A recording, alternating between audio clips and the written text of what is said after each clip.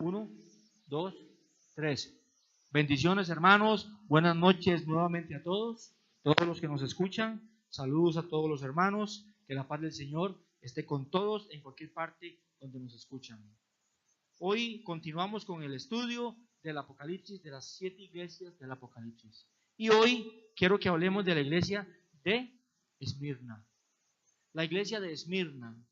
La iglesia de Esmirna era una iglesia floreciente. Esmirna era una ciudad fundada 300 años antes de Cristo por Alejandro Magno. Esmirna era una ciudad próspera en aquella época, en la época del Apocalipsis. Esmirna era una comunidad greco-romana. Recordaremos nosotros, hermanos, todos que Roma, aunque quedaba lejos de todas estas ciudades, por ser el imperio mundial, toda ciudad que conquistaba pasaba a ser automáticamente una provincia de Roma. Le pertenecía a Roma, aunque quedara muy lejos, como el caso de Israel. Israel estaba muy lejos de Roma, pero le pertenecía a Roma como provincia. Por eso Roma ponía su procurador, Roma elegía a sus gobernantes y Roma tenía presencia del ejército en todas las ciudades que le pertenecían a ella.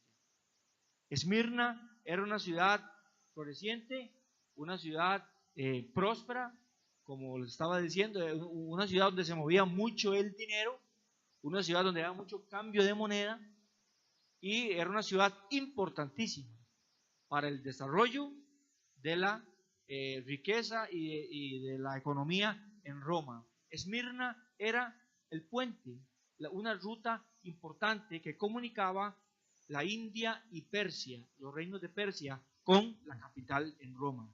Era un lugar donde llegaban a hacer sus transacciones de ciudades de la India y ciudades de Persia. Entonces era una ciudad acomodada económicamente. Pero vamos a ver que la realidad de la iglesia no era así. No siempre es así, mi amado hermano. Y usted tiene que entender eso en esta noche. Deseáramos siempre predicarle a la gente que nunca va a tener problemas. Deseáramos predicarle a los hermanos que jamás va a pasar momentos duros en la vida. Deseáramos predicar que nunca va a pasar escasez. Pero todos sabemos que hay momentos de escasez. Hay momentos de situaciones difíciles en los hogares. Hay momentos de situaciones difíciles de enfermedad. Hay momentos de situaciones difíciles. Pero al mismo tiempo hay esperanza. No estamos solos. Y la iglesia de Esmirna es un ejemplo de eso. El Señor nunca nos ha dejado. Como dijo Pablo, sé lo que he sabido estar en abundancia y sé lo que he sabido estar en la escasez. Y en todo he dicho, ¿qué he dicho? Gloria a Dios. Hermano, quizá usted hoy atraviese una situación difícil, como la iglesia de Esmirna, pero hay esperanza en Cristo. A tal punto que el Señor le manda un mensaje a esta iglesia. Una iglesia que está en una ciudad muy importante del Imperio Romano, una ciudad clave en el comercio de Roma, una ciudad que económicamente, como les estaba explicando, es una ciudad pudiente, pero una ciudad muy agresiva al cristianismo, una ciudad que repudiaba los cristianos. Esmirna era una ciudad que no quería nada con la cruz de Cristo. Esmirna no quería nada con la salvación de las almas. No creían en nada, no creían. Y no solamente no querían y no creían, sino también que perseguían ferozmente a los que seguían a Cristo. Y ahora lo vamos a ver.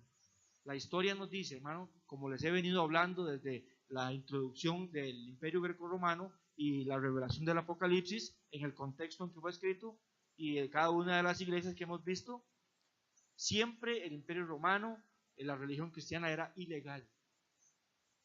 No era legal ser cristiano en el Imperio Romano, como vimos hoy hace 8 días en la iglesia de Pérgamo.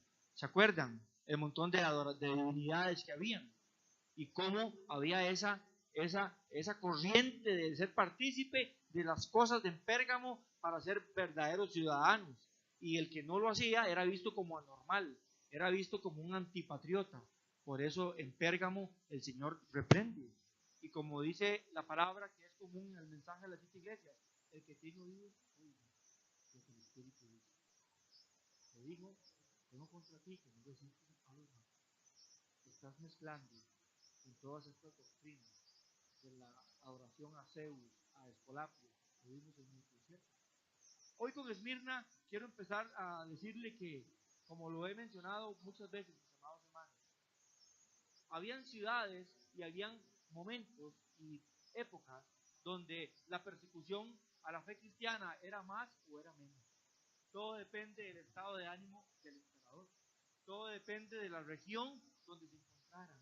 Esmirna era una región difícil, era una región dura para ser cristiano en ese momento. Si era difícil ser cristiano en Pérgamo en aquella época, no era tanto por la persecución, como lo vemos en Esmirna, era más por el liberalismo imperial que había, que seducía a la iglesia.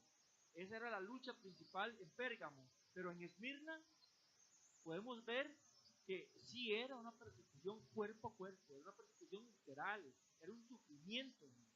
Yo quiero leer para usted en la palabra del Señor, Reina Valera siglo XXI. Dice, escribe el ángel de la iglesia de Esmirna, el primero y el último, el que estuvo muerto y revivió, dice. Quiero que se detengan un instante. ¿Por qué empieza con este mensaje a la iglesia de Esmirna? Le dice, el primero y el último, el que estuvo muerto y revivió. Empieza con un mensaje de esperanza, porque Jesús los entiende. Usted va a leer a continuación lo que ellos están pasando, y el maestro los entiende, y empieza diciéndoles, yo soy el principio y soy el final, soy el que todo lo puede. La realidad de los hermanos de Esmirna en esa época, en el Apocalipsis, no era fácil, era muy difícil, como generalmente las demás iglesias, pero en Esmirna había una persecución constante. Y dice, el primero y el último, el que estuvo muerto y revivió. O sea, recordándole que ellos no están solos, que si están sufriendo en este momento es por la causa del Señor, y que el Señor está con ellos, que no se olviden de eso en medio del dolor, en medio de los sufrimientos que tenían en esa época. El Señor dice, yo soy el primero y el último, así que tengo todo bajo control, aunque usted no lo entienda. Hermano, a veces nosotros hoy, 2000 años después también, el Señor de alguna manera necesita recordarnos que también Él es el primero y es el último. No sé qué situación usted esté atravesando. Tal vez no es como la persecución de Esmirna, pero hay otro tipo de persecuciones, hay otro tipo de sufrimientos, hay otro tipo de aflicciones. Y el Señor también hoy nos dice, yo soy el primero. Yo soy el que tiene control sobre todas las cosas. Y los hermanos de Esmirna necesitaban esta palabra. A veces usted y yo necesitamos esta palabra. Dice la palabra en el versículo 2, el versículo 9. Conozco tus tribulación y tu pobreza. Conozco, dice la palabra, yo soy el primero y el último. Siempre he estado, siempre voy a estar. Y yo conozco. El Señor Jesús, no importa la situación que usted atraviese, de abundancia o de escasez, de salud, de enfermedad, como sea, Él nos conoce. Él no se le pasa nada. Usted no tiene que decirle, Señor, ¿por qué te has olvidado de mí? Es imposible, Dios no se puede olvidar. Él todo lo conoce. Y le dice a esta iglesia, conozco tu tribulación y tu pobreza. ¿Cuál tribulación? Aquí la palabra tribulación es tu indiferencia de la sociedad, tu escasez, tu sufrimiento por la causa mía. A eso se refiere con tribulación. Conozco tu tribulación. Hoy, los hermanos que predican la superprosperidad, repito, no que Dios no quiera prosperarnos, que quede eso claro. Yo creo que Dios quiere prosperarnos en la medida que nos esforcemos con su propósito, con la fe y el trabajo que pongamos en las cosas. Dios nos quiere prosperar. Amén, hermano. La Biblia lo dice. Pero dice, conozco tu tribulación.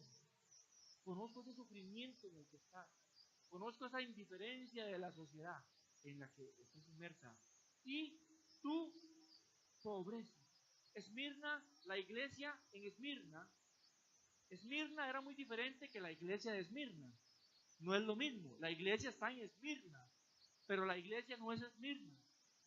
Esmirna era rico en todas las cosas. Ahora lo dice. Pero la iglesia era pobre. La iglesia era pobre. Era una iglesia pobre. Era una iglesia donde no había tanta ayuda, no había tanto fluidez de moneda, de dinero. Había necesidades graves, grandes.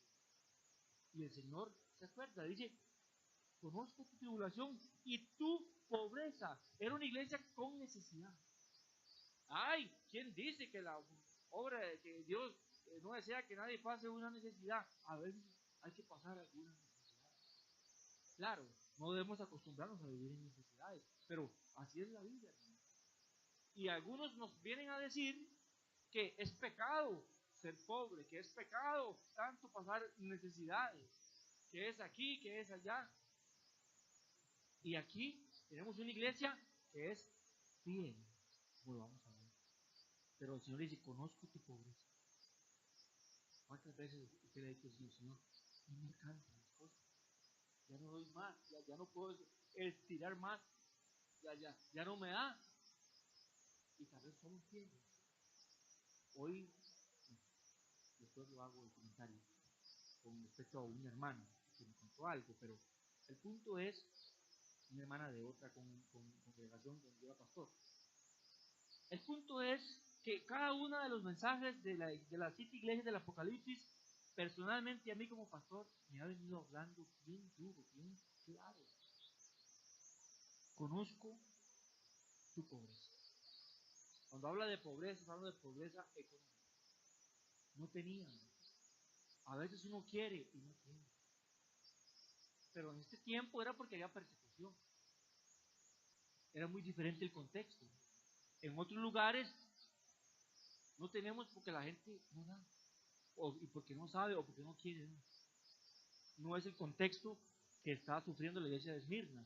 Una cosa es ser pobre y no tener porque lo retienen a uno, porque lo repudian, porque le estorban, porque le hacen daño y no hay. Y otra cosa es ser pobre, la iglesia no tenga para las necesidades porque no damos.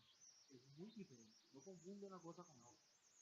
En Esmirna la iglesia era pobre.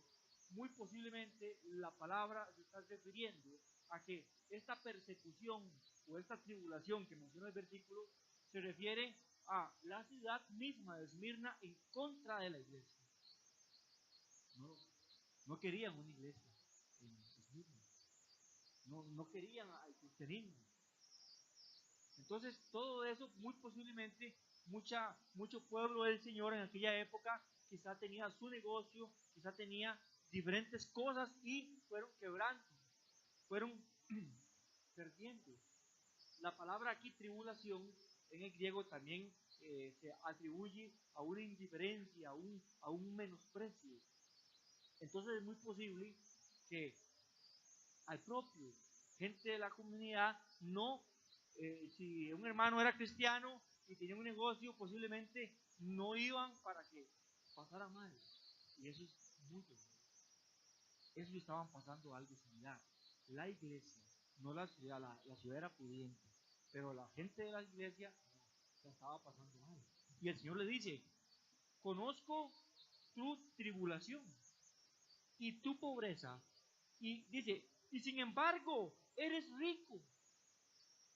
Sin embargo, ustedes tienen, o sea, hay posibilidades. Sin embargo, eres rico. Eres pobre, pero sin embargo, eres rico. Están en una ciudad que es próspera. Pero ustedes están pobres. Y aquí el Señor note que no les menciona que están en pecado. O no los está reprendiendo por esa pobreza como hoy se nos predica.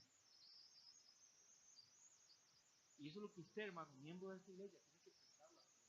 Yo sé que para usted es más sencillo ir a un lugar muy bonito, con mucha gente, donde no lo conozcan, y pasar desapercibido. Pero yo le digo algo, hermano, el Señor no quiere que pase desapercibido, no quiere trabajar con usted, el Señor nos conoce. Él dice, conozco. Él es primero, yo los conozco. Por más desapercibido que usted quiera pasar en una iglesia más grande, no podemos huir al ojo de Dios. ¿Cuántos dicen amén? Y sigue diciendo, eres rico, porque la ciudad era una ciudad próspera, tenía dinero, podía. O sea, hay medios por los cuales ustedes puedan surgir, pero entiendo su tribulación, ustedes su pobreza. Sé lo que están pasando. Sé lo que están pasando. Dice. Conozco la blasfemia de los que dicen ser judíos y son una sinagoga de Satanás. Había algunos judíos o algunos judaizantes o posiblemente algunos simpatizantes del judaísmo.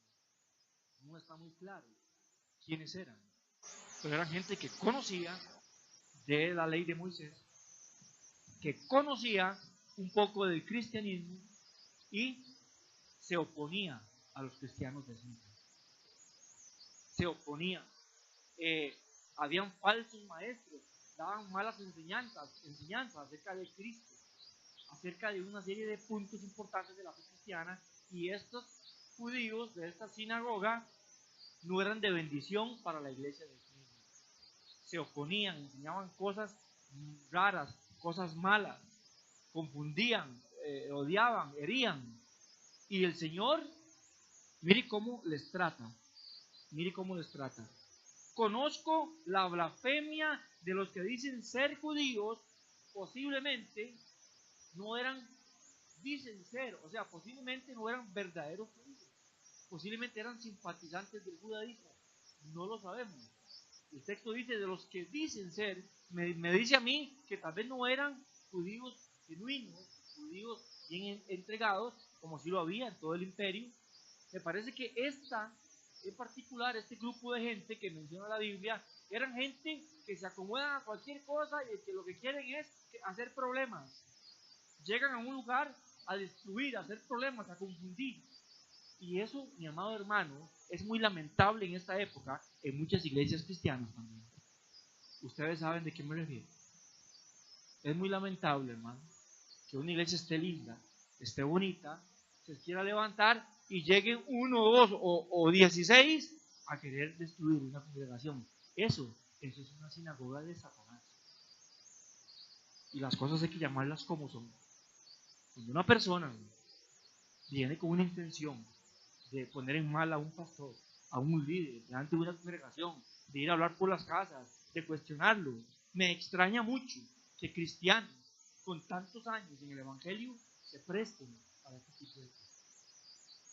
Y eso es muy lamentable, hablando a nivel general. Llevo muchos años viviendo en la iglesia y conozco a muchos pastores y Dios me ha permitido estar en muchas congregaciones y escuchando diferentes situaciones de lo que hacen algunas personas que parece que son miembros también de esta sinagoga que menciona el Apocalipsis, que dicen ser judíos y son una sinagoga de Satanás. O sea, la palabra sinagoga significa centro de estudio, y el Señor hace la comparación, dice, esta gente se reúnen a estudiar, pero para destruir, se reúnen para compartir, pero para herir, se reúnen para, en nombre de Dios, crear estrategias para hacer quedar mal a otros. Son una sinagoga de Satanás. A eso se refiere. Un grupo que, repito, no sabemos si eran genuinamente judíos, hijos de Abraham, posiblemente no, pero simpatizaban de aquí por allá, y hay más de un hermanito que tal vez usted conoce, o no sé si los conoce, que también les gusta simpatizar por aquí, por allá, y cuando llega a un lugar es a dejar una estela de duda, a dejar una estela de confusión, de odio, de crítica. Y cuando usted se da cuenta, hermano, se van ellos y quieren llevarse a otros. Y yo pregunto, ¿Dónde está la madurez, hermano? Hermano, si usted quiere irse a la congregación, ¿por qué tiene que llevarse a media iglesia? ¿Por qué? ¿Quién le enseñó eso? ¿Dónde está la madurez? ¿Verdad que necesitamos que nos enseñen, hermano? Hermano amado, usted tiene que madurar en cuanto a este punto. En Esmirna estaba pasando esto. Ya vimos en Éfeso de los Nicolaitas, ¿verdad? Vimos en Pérgamo a los Nicolaitas, que son mencionados nuevamente, y a los de la doctrina de Balán. Y ahora vemos a estos en Esmirna, que son un grupo, y el Señor les llama sinagoga, o sea, centro de estudio, de educación de la maldad, centro de estrategias del mal, centro de maquinaciones de Satanás. Eso es lo que el Señor le está diciendo. Léalo, hermano. Nunca se aparte de eso, hermano. No se aparte usted de una sinagoga de Satanás. La palabra es clara. Cuando alguien ama a Dios de verdad y quiere edificar, mi amado hermano, edifica, no destruye. Pastor, estoy a sus órdenes, ¿en qué le puedo ayudar? No anda comiendo el pastor. No anda poniendo mal al líder para que vean que él puede más. Hay que decirle, hermano, regrese a la sinagoga de Satanás, de donde fuiste entrenado, y no se arrepiente. Esto no es algo nuevo. Mire, hermano, la iglesia no solamente tiene que luchar contra la persecución de Roma, del imperialismo greco-romano de la época, tiene que luchar por su propia vida, sino también toda la vida tiene que luchar por pequeños grupos que quieren destruir a otros. ¿Cómo es posible? No, no puede ser. No puede ser. Sinagoga de Satanás. No tengas ningún temor. No tengas ningún temor de lo que vas a padecer. Le está advirtiendo a la iglesia de Esmirna, tras de que está sufriendo, hermano, tras de que está pobre, le advierte, hijos, no tengan temor, van a seguir padeciendo. Eso es una realidad. Ay, qué lindo, hermano, es cuando nos dicen, cuando uno va para San José en el bus y pasa por el Paseo Colón, pare de sufrir. Qué fácil. ¿Por qué no le dicen a los hermanos de Esmirna? Sí, hermano, yo entiendo el lema. Hay cosas que uno debe cortar para no sufrir más. Estoy de acuerdo que se puede aplicar en muchos ámbitos. Pero la vida misma de la fe cristiana nos dice que hay momentos de prueba y son necesarios. Nos hacen más fuertes. Claro, cuando los estamos pasando no queremos pasarlo. A nadie le gusta, mi amado hermano. Pero el Señor les dice, no tengas ningún temor de lo que viene. Oye, usted, hermano, de lo que vas a padecer. El diablo ha de enviar a alguno de vosotros a la cárcel. ¿Quién está hablando? El Señor. Y le está advirtiendo a la iglesia de Esmirna que ya de por sí la está pasando mal, que ya de por sí está pobre, que ya de por sí tiene la lucha contra los de la sinagoga de Satanás, que los confunden y se oponen a un montón de cosas, sino que el Señor viene y le advierte, no tengas temor de lo que viene, de lo que vas a padecer. Nuevamente Dios dice, vea, le van a venir algunos males más, para variar. Pero ¿qué es este cristianismo? ¿Qué es esta palabra? Hermano, usted lo está leyendo conmigo. Porque Satanás o el diablo va a enviar a algunos de vosotros a la cárcel. Todavía algunos de esos hermanos que de por sí que iban a leer la carta, iban a ir presos, iban a morir. ¿Cómo la ven? Para que seáis probados y tendréis tribulación de 10 días. Que tengamos ahí. O sea, aparte de todo lo que ya ellos están viviendo, ¿verdad? Que la sociedad no los quería como iglesia, que eran pobres, que quebraban al propio, posiblemente eso estaba ocurriendo. Aparte de eso, los de la sinagoga de Satanás, que se les oponían, que les complicaban más el asunto, que querían arrastrar a gente. ¿Conoce usted algunos hermanos que les gusta arrastrar a otros? De aquí se fueron unos hermanos, que no voy a decir el nombre, y andan llamando para que se vayan para donde ellos están. ¿Pero qué es? ¿Que el Espíritu Santo solo está donde ellos? Yo no lo sé, hermano, pero es una cosa extraña. La iglesia evangélica tiene unas cosas tan extrañas, hermano. Por eso Cristo dijo, no sé si seré el mejor o el peor pastor, pero de algo puedo estar tranquilo, y es que de los casi 2 años que tengo de estar aquí, solo le he hablado la palabra de Dios. He estado en abundancia en este lugar y he estado en escasez. Ahorita más en escasez que en abundancia. Pero aquí estamos, dando el estudio con ustedes. No he salido corriendo, o me han visto salir corriendo. Bueno, entonces eso significa de que no todo el tiempo vamos a estar así. Tendrán tiempos mejores, porque el Señor está con nosotros. Él lo ha prometido. Y a Esmirna, tras de que está pasando esto, le dice: Satanás los va a enviar a ustedes a la cárcel para que seáis probados. Pero, hey, Señor, todavía tengo que ser probado. Algunas veces vamos a ser probados. Porque hay gente que parece, pero no. Hay gente que no. Hay pastores, hermanos, y líderes, cuando hay abundancia, parece que son. Parece. Pero a la hora de la llegada, no. Y como dice Juan, el mismo escritor, en su carta, salieron de nosotros, pero no eran de nosotros. Porque si hubieran sido, ¿hubieran qué? Permanecido. Mire, hermano, yo no sé si usted habla lenguas o no. No sé si profetiza o no. No sé si ve ángeles y escarcha que caiga. Yo no sé si las ve o no. Pero si hay algo que el Señor Jesús aprueba y respalda y anhela y nos bendice, es con la permanencia, con la perseverancia, con la constancia. Y eso no es muy atractivo, pero es muy necesario. Estar firmes. Cuando la Biblia dice estar firmes, es permanezca, establezcase, tenga identidad, apoye, vaya, esfuércese. Es lo que está diciendo, ¿no? Y aquí les dice que el enemigo los va a mandar presos, algunos, para ser probados.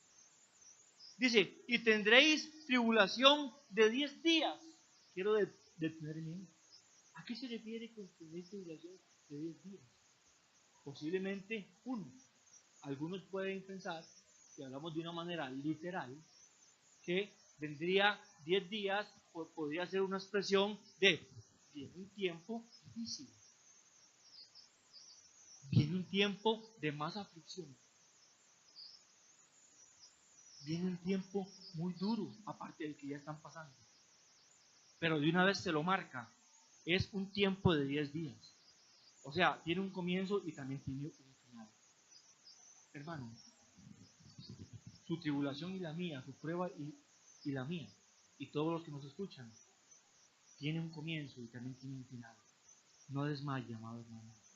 Aunque la cosa se vea, como decimos aquí en Costa Rica, color de hormiga, difícil, así como empezó, Dios nos va a dar también el término de eso, de esa prueba.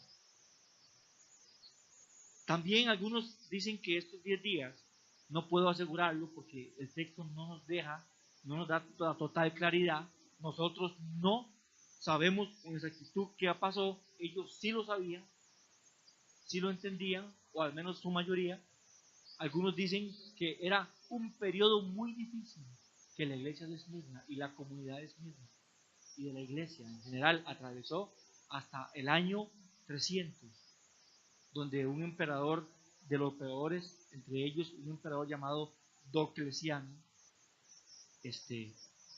hizo cosas muy terribles con la iglesia cristiana. De hecho, en Esmirna había uno de los padres de la iglesia. Si usted lee, después del Apocalipsis, en el año 96, cuando Juan muere, un discípulo de Juan, llamado Policarpo, era de Esmirna. Se convirtió en uno de los padres de la iglesia. Usted lo puede buscar, su biografía, Policarpo de Esmirna. Entonces, pareciera que esta palabra que le está dando se está cumpliendo posiblemente en diferentes épocas de la iglesia de Esmirna y de la iglesia en general. En el año 156, uno de los padres de la iglesia, llamado Policarpo de Esmirna, era un padre de la iglesia. Ya los apóstoles habían muerto, Juan ya había muerto. Y Policarpo, Ignacio y Justino y otros más, otros padres de la iglesia que llevaron la antorcha de la fe para cuidar a todo ese pueblo que estaba ahí, fue acusado. Fue acusado, cuenta la historia, por ser cristiano. Entonces, la gente de Roma o del imperio sabía que usted era cristiano, no había problema. Pero si a usted lo acusaban, la ley usted tenía que responder. Si un vecino lo acusaba, usted tenía que ir al parlamento romano, a la ley romana, y lo ponían a negar su fe. Y si usted no lo negaba, lo torturaban y lo mataban. A Policarpo tenía 86 años cuando lo denunciaron. Policarpo de Esmirna. Él fue parte de toda esta ola de tribulación y de angustia que vivió esta iglesia cuando Juan escribe a la iglesia de Esmirna. Y lo acusaron y le dijeron: Policarpo, ten compasión de tu edad y niega tu fe. Y él dijo, lo puede buscar: ¿cómo voy a negar a aquel que durante 86 años le he servido? Si lo negara hoy, sería lo último. Dice, el fuego que me espera es pasajero, porque los quemaban con aceite hirviendo. El fuego que me espera es pasajero, palabras de Policarpo. Pero si yo lo negara, el fuego que me espera es eterno. Así que, mi amado hermano, dice la historia que Policarpo fue amarrado a un palo y en el circo romano fue quemado vivo. Un padre de la iglesia. De alguna manera, esta palabra que el Señor le estaba diciendo a Esmirna, prepárate porque va a seguir un tiempo más el sufrimiento, se cumplió a través de diferentes épocas. Pero bueno, continuamos. Sé fiel hasta la muerte. Sé fiel hasta la muerte y yo te daré la corona de vida. En medio de la tribulación, yo conozco lo que está ocurriendo con usted, iglesia de Esmirna. Conozco, dice al principio del texto bíblico, conozco tu tribulación, tu padecimiento, conozco tu pobreza, lo que están pasando, conozco lo que tienen que lidiar con esta gente de la sinagoga de Satanás, lo conozco. Y también conozco y les advierto, número 4, que el diablo va a llevar a algunos de ustedes a la cárcel para que seáis probados. Y aparte de eso, les advierto que van a tener una tribulación durante 10 días. Y ya les expliqué qué podría ser. Pero en medio de eso dice, sé fiel hasta la muerte. Hermano, Apocalipsis, como dije al principio, fue una carta para ser entendida. Fue una carta para dar fortaleza a los primeros oyentes. Y mire que es a tal punto que el Señor dice, sé fiel hasta la muerte. Ellos entendían lo que iba a ocurrir. Ellos entendían, estaban comprendiendo el mensaje. Y el Señor les dice, sé fiel hasta la muerte. Si tienes que morir por mi causa, el Señor dice, sé fiel hasta el final. Yo me quedo con esta expresión. El Señor no le dice, te voy a quitar el sufrimiento con el aceite de la unción. Te voy a quitar el sufrimiento con mi imposición de manos, con la unción que todo el mundo usted ve por tele que soplan